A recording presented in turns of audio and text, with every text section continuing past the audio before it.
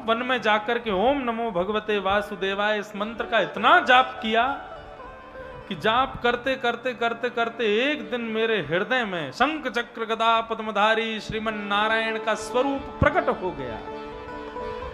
उनका स्वरूप जैसे ही मैंने देखा, मैं देख करके भाव विभोर हो गया, आनंदित हो गया। मेरे हृदय में ठाकुर जी प्रकट हो गए, लेकिन एक क्षण दर्शन देने के बाद वो स्वरूप वहां से गायब हो गया, अंतर ध्यान हो गया।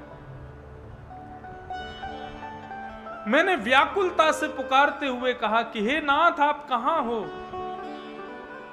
तब ठाकुर जी ने आकाशवाणी करते हुए कहा कि नारद अभी तुम परिपक्व नहीं हुए हो, मेरी प्राप्ति के लिए अभी और भजन करो, तब तुमको मेरी प्राप्ति होगी। नारद जी बोले मैंने और भजन किया, और भजन करने के बाद जब मेरी मृत्यु हुई, प्रलयकालीन समुद्र में मैं डूब गया, तो पुनः जन्म जब मेरा हुआ तो मैं भजन के प्रताप से भगवान का अनन्य भक्त नारद बन करके प्रकट हो गया। तो बंधुओं, इस मंत्र में इतनी सामर्थ्य थी कि एक दासी पुत्र नारद बन गया। हम लोग यदि नित्य इस मंत्र का गान करें तो ना जाने ठाकुर जी हमको किस अपने सखा मंडली में किस रूप में ले लें, अपने पास बुला लें, अपने किसी नित्य रूप में नित्य धाम में हमको स्थान दे दें। इसलिए इस मंत्र का नित्य जाप करो, ओम नमो भगवते वासुदेव। नारद जी बोले फिर मैं नारद बन गया और मुझको एक वीणा प्राप्त हुई कि देव दत्तामिमां वीणा स्वर ब्रह्म विभूषिता मूर्छयित्वा हरिकथा गायमानश्चराम्यहम्।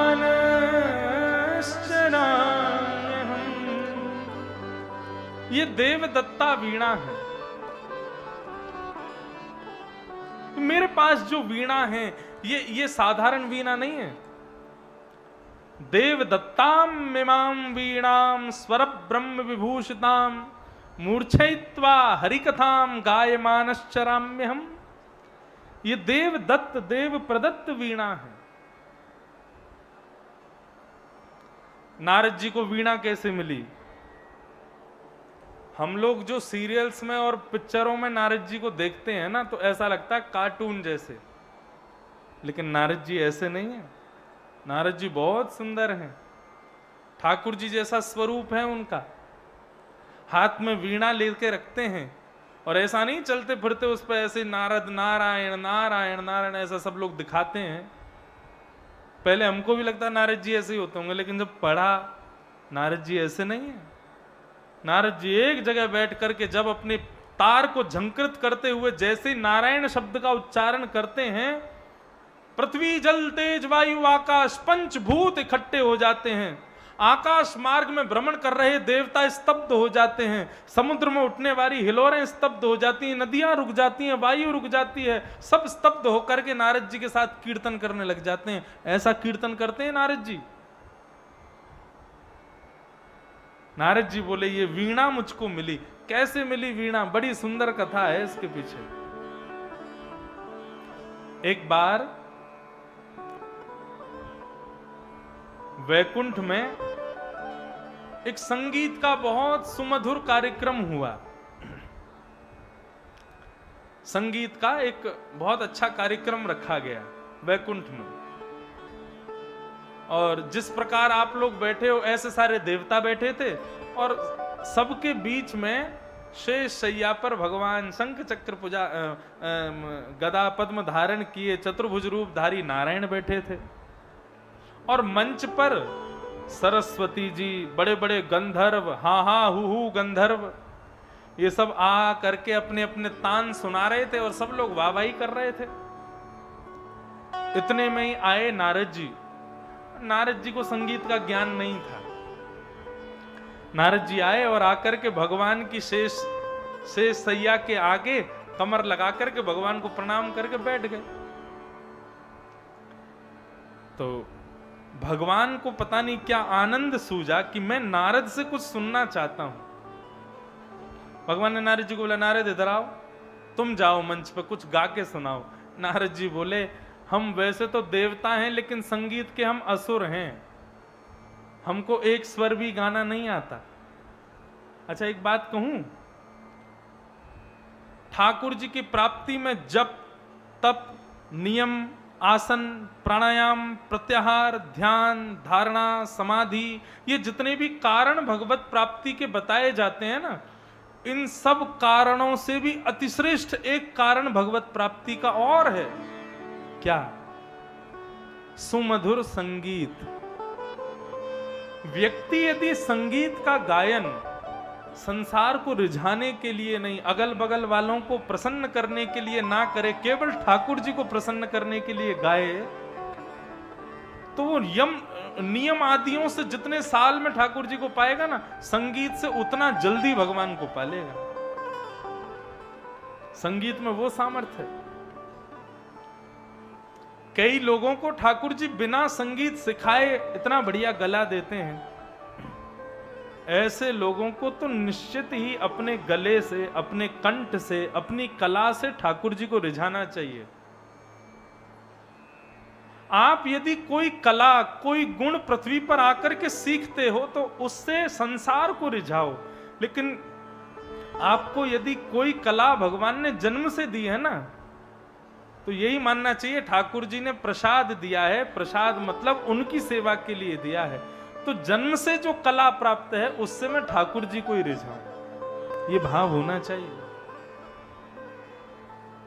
ये बात मैं नहीं कहता, हमारे पूज्य नाना जी कहते थे, पंडित श्री कृष्णलाल शास्त्री जी। मेरी इच्छा होती थी कि मैं बहुत बड़ा गायक बनूं, बंबई जाकर के बढ़िया अपने गले के द्वारा फिल्मों में गाऊंगा, ऐसा मेरा पहले भाव होता था जब मैं छोटा था। लेकिन हमारे नाना जी ने समझाया, बोले लाला, या सुंदर गरेते संसार को रिझावेगो तो संसार आज तो रीझ जावेगो, लेकिन कल तोते बढ़िया गावे वारो आगो तो भूल जाएंगे, सब दूसरे को सुनेंगे। तो मैंने कि क्या करूं नाना जी? बोले संसार को मत रिझा, संसार को जाने बनायो है वाकु रिझा, या गले से वाकु रिझावेगो वो सदा रीझो रहेगो। संसार के लोग आज रीझेंगे, कल नहीं रीझेंगे, लेकिन वो सदा रीझेगा। इसलिए ये सुंदर गलो है तो या से ठाकुर जी को रिझा, या से ठाकुर जी को आनंद करा। बस यही बात नाना जी की उसी समय परिवर्तन कर लिया, दिशा ही बदल ली। आ गए व्यासपीठ पर, कथा करने लगे। तभी से मैं कहता हूं, यदि किसी को कोई कला भगवान ने जन्म से दी है ना, उस कला से संसार को मत रिझाओ, उस कला से ठाकुर जी को रिझाओ, क्योंकि वो कला तुमको ठाकुर जी ने दी ही इसलिए है कि तुम मेरी सेवा करो।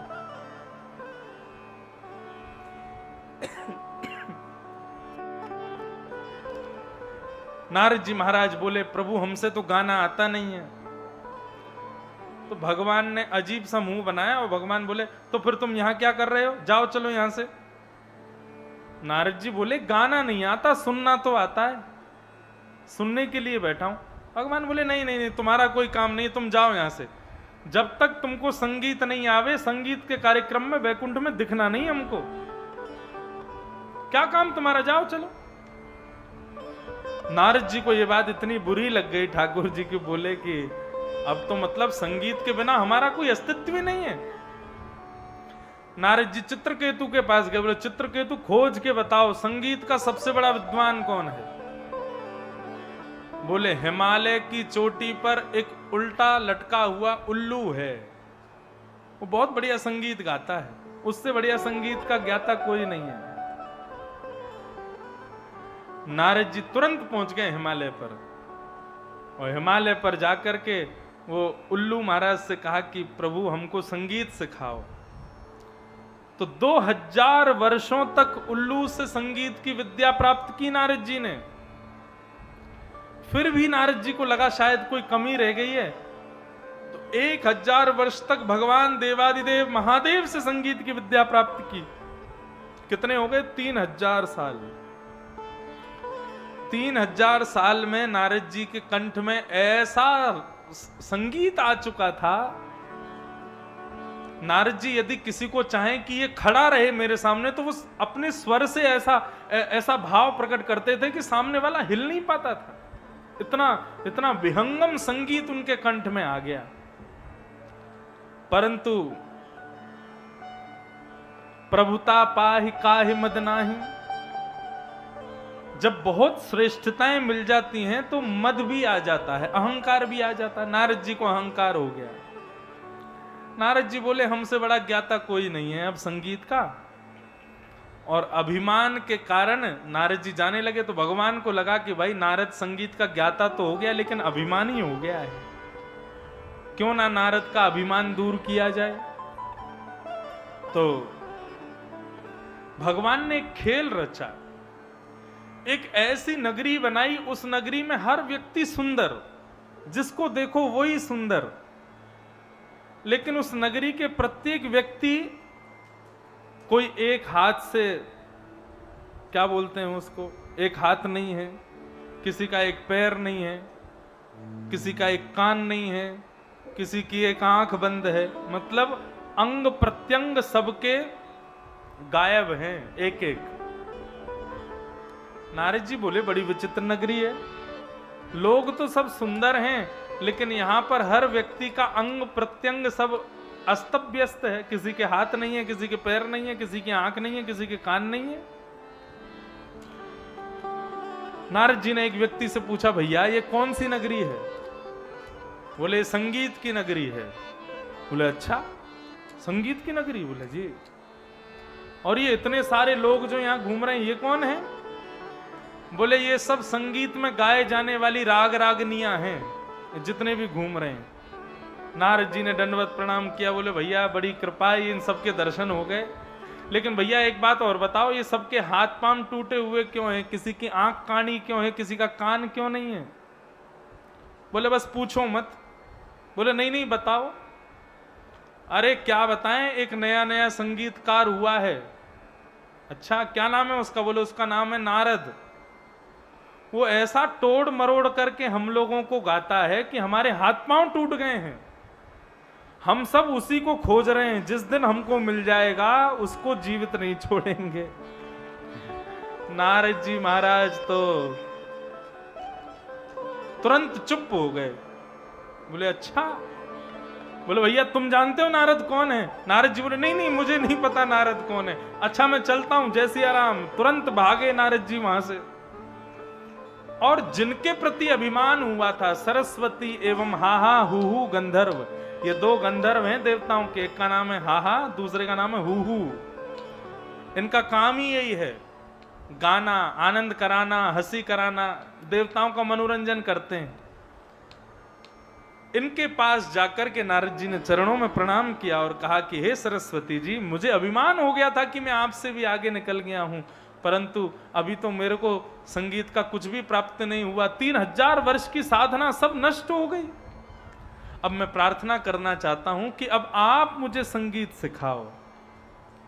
सरस्वती जी के चरणों में जाकर के जब अहम का नष्ट हुआ, जब अहंकार नष्ट हुआ, सरस्वती जी ने कहा नहीं नारद जी, आपको अब कुछ भी सीखने की आवश्यकता नहीं है, आपको अहंकार हो गया था, आपने प्रणाम किया, वो अहंकार नष्ट हो गया, और अब देखो आपका संगीत सुनने के लिए कौन आया? नारद जी बोले कौन आया? बोले पीछे मुड़ के देखो। नारद जी ने जैसे ही पीछे देखा तो वैकुंठाधिपति नारायण सामने खड़े हैं और वीणा हाथ में लेकर के खड़े हैं। और नारद जी से बोले तुम्हारे संगीत से हम इतने प्रसन्न हैं, हम तुमको कुछ देना चाहते हैं। तब देव दत्ताम मिमाम वीणाम स्वर ब्रह्म विभूषिताम मूर्छयित्वा हरिकथाम गायमानश्चराम्यहम्।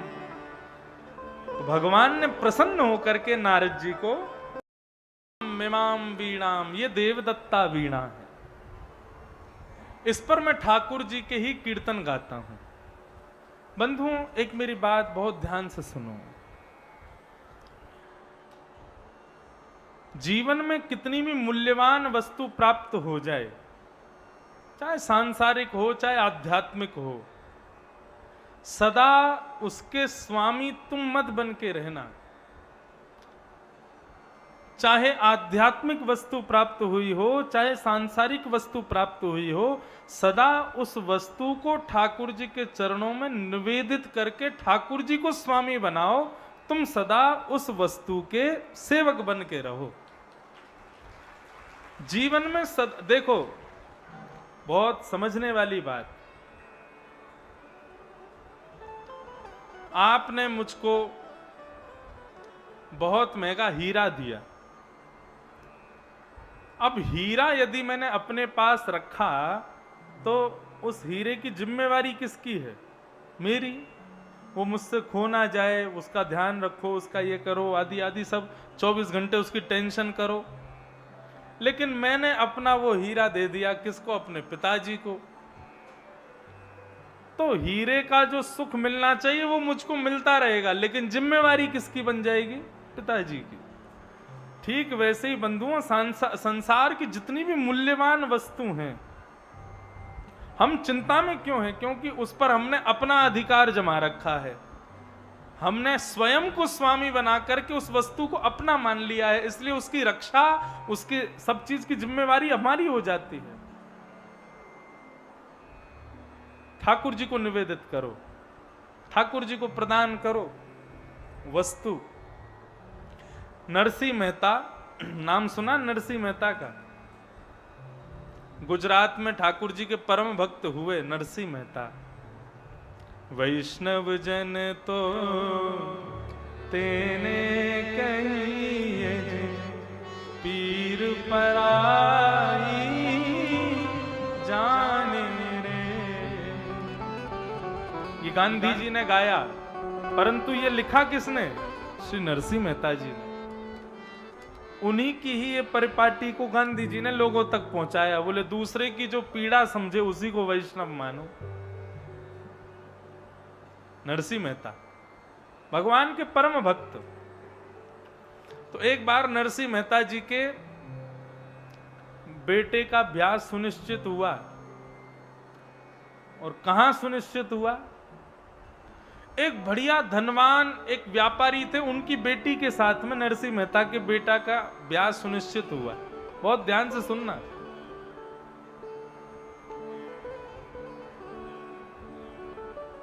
अब नरसिंह मेहता तो बेचारे दीनहीन से, ज्यादा उनके पास धन संपत्ति नहीं थी, लेकिन पता नहीं किस भाव से उनके बेटे का ब्याह एक बढ़िया घर की लड़की से संबंध उनका सुनिश्चित हो गया। अब जब संबंध पक्का हो गया तो फिर लड़की वाले जो थे उनके यहाँ बहुत सारे लोग पहुंच गए। सबने जाकर के कहा, हमने सुना है तुमने अपनी बेटी का ब्याह जो है नरसिंह मेहता से, उनके बेटे से पक्का कर दिया। बोले हाँ। बोले अरे राम राम राम, ये क्या कर दिया? बोले क्यों, क्या हो गया? बोले अरे उसके यहाँ तो सुबह भोजन बनता है, शाम को खाने के लिए रोटी नहीं होती, बड़ी विचित्र स्थिति है। ऐसे कि यहां तुम अपनी बेटी क्यों भेज रहे हो? लड़की वाले संकोच तो करते ही हैं। उन्होंने कहा कि भाई देखो, कुछ भी हो, हमारी बेटी का संबंध तो वहां हो ही गया है, अब मना कैसे करें? जो आवे सोई नरसिंह मेहता की बुराई करे। और बुराई के रूप में क्या कहते हैं? केवल ये कहते हैं कि उन पर धन नहीं है, उन पर ज्यादा पैसे नहीं है, वहां तो तुम्हारी बेटी खुश नहीं रहेगी, तुम तो इतने पैसे वाले हो। जो आवे सो नरसिंह मेहता की इस प्रकार की बातें कहे तो पिता को बड़ी चिंता हो गई कि मैंने बेटी का ब्याह गलत जगह पक्का कर दिया, जीवन भर रोना पड़ेगा, उससे पहले तोड़ दो शादी। लेकिन ऐसे कहना तो बहुत बुरा लगेगा, तो कुछ और उपाय बताओ। तो एक व्यक्ति ने उनको उपाय बताया। बोले आप एक काम कर दो। बोले क्या? एक पत्र लिखो और उस पत्र में हमको बारात ऐसी चाहिए, ये लिखो। कैसी चाहिए?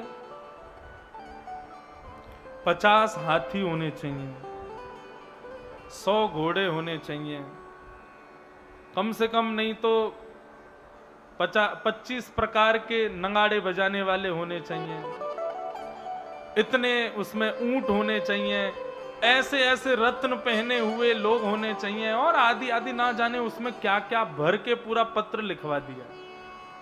मतलब एक प्रकार से उस जमाने में कोई खरबपति ही होगा जो ऐसी बारात लेके आ सके, इतना सब कुछ लिख दिया।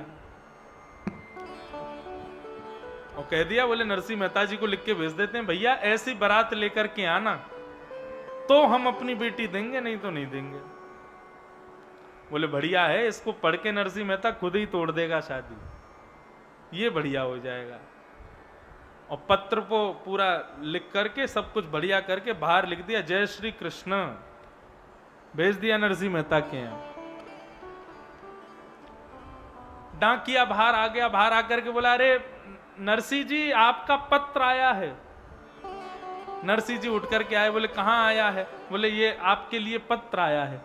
नरसिंह मेहता ने जैसे पत्र देखा, पत्र पे लिखा था जय श्री कृष्ण। बोले मेरा नहीं है, ठाकुर जी का पत्र आया है। उन्होंने खोल के पढ़ा ही नहीं, ठाकुर जी के सामने धर दिया। बोले ठाकुर जी किसी का पत्र आया है, दूसरे का पत्र पढ़ना नहीं चाहिए, तो मैं तो नहीं पढ़ूंगा, इसमें क्या लिखा है, आपका पत्र है, आप पढ़ो, आप जानो। भगवान बोले बहुत बढ़िया, ये बढ़िया किया तुमने। अब ठाकुर जी को पत्र पहुंच गया। अब यहां नरसिंह मेहता को तो कुछ पता नहीं था। उन्होंने वही 10-5 बैंड बाजे वाले बुला लिए, 15-16 परिवार के लोग, एक घोड़ी बुला ली और बोले चलो भैया बारात लेके। लेकिन ठाकुर जी को चिंता हो गई, बोले नरसिंह मेहता जा रहा है और वहां पर इतनी व्यवस्था हो गई है। और लड़की वाले सोचे इतने दिन से मना नहीं किया तो नरसिंह मेहता लेके ही आएगा बारात। बोले मेरे नरसिंह का मान टल जाएगा, मेरे नरसिंह का बहुत अपयश हो जाएगा, मेरी नरसिंह की मजाक उड़ जाएगी। तो नरसिंह मेहता के बेटे की बारात चलती जा रही है, चलती जा रही है। और महाराज कभी इसी गली से हाथी लेकर के कोई आ जाए, कभी इसी गली से कोई ऊंट लेकर के आ गया, कोई घोड़े लेकर के आ गया, और सब धीरे धीरे नाचते जा रहे हैं। नरसिंह मेहता बोले पता नहीं कहां से इतनी भीड़ आ रही है, कहां से इतने हाथी आ रहे हैं, कहां से इतने घोड़े वाले। नरसिंह मेहता किसी को पूछे भैया तुम कौन हो? बोले अरे आपका सत्संग सुनते हैं हम, आप जब कीर्तन करते हो तो कीर्तन सुनने आते हैं, हमको पता चला आपके बेटे का ब्याह है तो हम भी आ गए। बोले बहुत बढ़िया भैया। लड़की वालों के यहां चिंता भी चल रही है और सब सोच रहे हैं क्या होगा पता नहीं। इतने में दौड़ा दौड़ा एक व्यक्ति आया, बोले महाराज। बोले हाँ। बोले आपकी बेटी के लिए जहां संबंध हुआ बारात आ रही है। बोले कहां से देखें बारात? बोले यहां से तो दिखेगी नहीं, तो कहीं पहाड़ पर ऊंची चोटी पे चलो, वहां से दिखेगी। क्यों? बोले इतनी लंबी बारात है। तो लड़की वालों ने जब जाकर के ऊपर से देखा, पहाड़ से दूरबीन लगाई, तो महाराज ऐसे ऐसे विचित्र प्रकार की ध्वनियां निकल रही हैं। सुंदर सुंदर घोड़े, सुंदर सुंदर हाथी, सुंदर सुंदर ऊंट, सुंदर सुंदर रत्नों को पहने हुए बाराती नृत्य कर रहे हैं। और सबसे विशेष बात, इतनी किलोमीटरों लंबी बारात पीछे से देखते देखते देखते जब आगे देखा तो बारात के सबसे मुख्य आगे एक तरफ घोड़ी पर स्वयं द्वारिकाधीश और दूसरी तरफ घोड़ी पर स्वयं बलराम जी चल करके नरसिंह मेहता के बेटा की बारात लेकर के आ रहे हैं। ऐसी बारात ना कभी सुनी थी, ना कभी देखी थी, ना कभी सोची थी। नरसिंह मेहता की बेटा की बारात लेके ठाकुर जी पहुंचे। हम लोग गलती कहां करते हैं, सारी जिम्मेवारी अपने सिर पर रखते हैं। तो चिंता हमारी होगी, टेंशन भी हमको ही होगी। समर्पण का पूर्ण रूप क्या है? कुछ भी हो जीवन में सब ठाकुर जी पर छोड़ो। ठाकुर जी हमारे लिए जो उचित हो, जो अच्छा हो, जो ठीक हो, वो आप देख लेना। हम अपने ऊपर ठीक है, कर्म करो, कर्म पर तुम्हारा अधिकार है। भगवान कहते हैं कर्मण्ये वाधिकारस्ते, तुम्हारा अधिकार केवल कर्म है। मां फलेषु कदाचन, फल पे तुम्हारा अधिकार नहीं है। तुम कर्म करो, परिणाम मुझ पे छोड़ दो। परिणाम मैं सफल कर दूंगा, और सफल नहीं करूंगा, तुम्हारे लिए जो उचित होगा वो करूंगा। अगर आगे लगकर ठोकर लगने में तुम्हारा उचित है तो ठोकर लगवाऊंगा। ठाकुर जी वो नहीं देते जो हमें चाहिए, ठाकुर जी वो देते हैं जो हमारे लिए जरूरी है। और वो कब होता है? जब ठाकुर जी के प्रति पूर्ण समर्पण हो जाए, पूर्ण समर्पण की भावना। तो ऐसे श्री नारद जी महाराज ने भगवान को आत्मनिवेदन करते हुए इस प्रकार समर्पण की भावना कही। वेद व्यास जी ने उनसे प्रेरणा लेकर के दिव्य ग्रंथ लिखा और उसका नाम हुआ श्रीमद् भागवत महापुराण। बोलो भागवत महापुराण की जय। तो बंधुओं, समझ में आया भागवत क्यों लिखी गई? भगवान के निर्मल यश और वेद व्यास जी के हृदय को शांति देने के लिए इस ग्रंथ का निर्माण हुआ। इसी ग्रंथ को श्री वेद व्यास जी ने अपने पुत्र सुखदेव को दिया और सुखदेव ने परीक्षित को सुनाई। कैसे सुनाई, कब सुनाई, क्यों सुनाई, ये कथा तो हम कल सुनेंगे 2 बजे से। आप लोग समय का बहुत ध्यान रख रहे हैं, लेकिन सब नहीं रख रहे, कुछ ही लोग रख रहे हैं।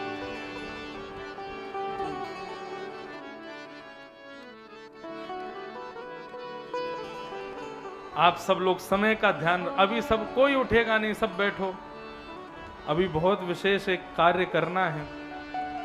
हमारा तो विस्मृति हो गई, मुझे कैसे विस्मृति हो गई पता नहीं, परंतु बंधुओं, हमारे भारत के धर्म ध्वज ज्योतिष पीठाधीश्वर श्री शारदा पीठाधीश्वर द्वारिकापुरी और जोशी मठ के शंकराचार्य परम पूजनीय प्रातस्मरणीय स्वामी श्री स्वरूपानंद जी महाराज का शिवधाम गमन हुआ। हमारे धर्म ध्वज थे वे, हमारे शंकराचार्य हैं, साक्षात शंकर शिव स्वरूप हैं। ऐसे महाराज जी का शिवधाम गमन हुआ है। इस व्यासपीठ से, व्यासमंच से महाराज जी के श्री चरणों में बारंबार प्रणाम करता हूँ। आप समस्त खैर निवासियों की तरफ से पूज्य महाराज जी के श्री चरणों में बारंबार प्रणति निवेदन करता हूँ, बार बार वंदन करता हूँ और वे नित्य श्री शिव के श्री चरणों में विद्यमान होंगे, ऐसी भावना हम रखते हैं। क्योंकि वे हमारे शंकराचार्य थे। शंकराचार्य एक प्रकार से भारत की सबसे बड़ी गद्दी है, इसलिए इस व्यासपीठ से समस्त श्रोताओं के मध्य